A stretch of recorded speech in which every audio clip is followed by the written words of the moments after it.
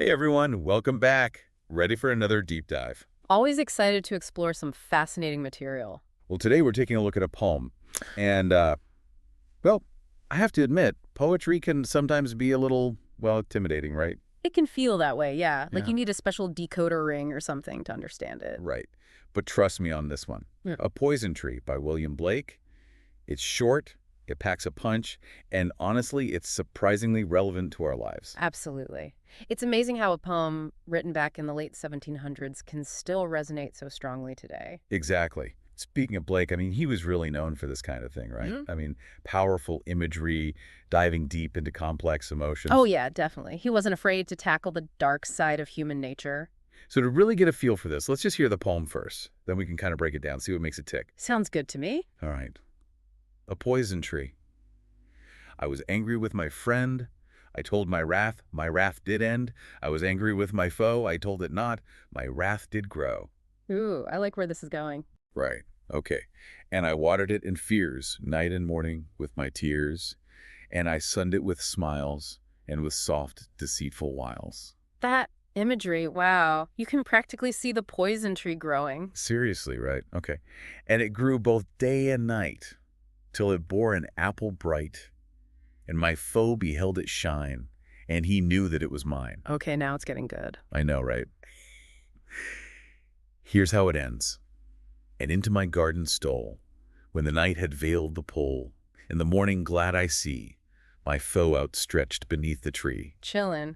Just chillin'. I know, right? So simple on the surface, but it just leaves you with this, I don't know, a knot in your stomach. It's that calm tone, right? It's like the Mhm. speaker is just like confessing this dark secret. Yeah. And it's not just anger. It's like anger carefully cultivated, nurtured. It's like a prized possession. Yeah, it really is. And that's where the metaphor of the poison tree comes in. Right, exactly. It's not a naturally occurring thing. It's something the speaker is actively creating and tending to. And like you were saying, it's a symbol of life and growth. Yeah. Like a tree, but then it gets twisted into something deadly. Oh, that's good. And it kind of reflects how, anger can take something good, like our energy, our passion, and just make it destructive.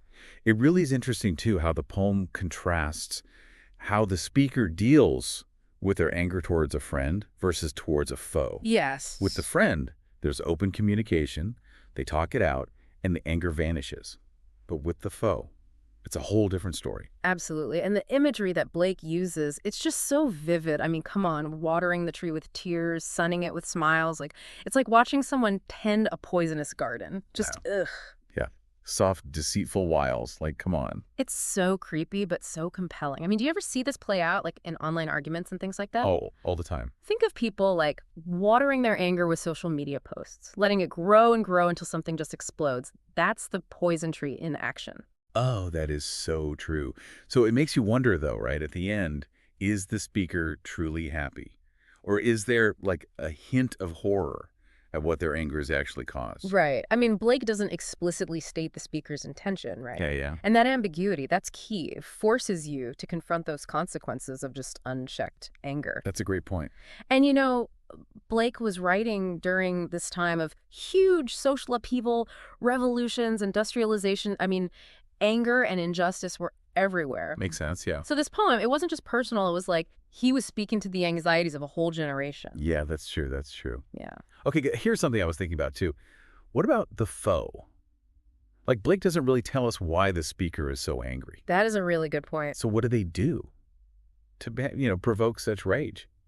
Could the poem also be a cautionary tale for them? Yeah. Whoa, you just blew my mind. That's a great question. Maybe the foe represents, all the institutions that Blake saw as corrupt.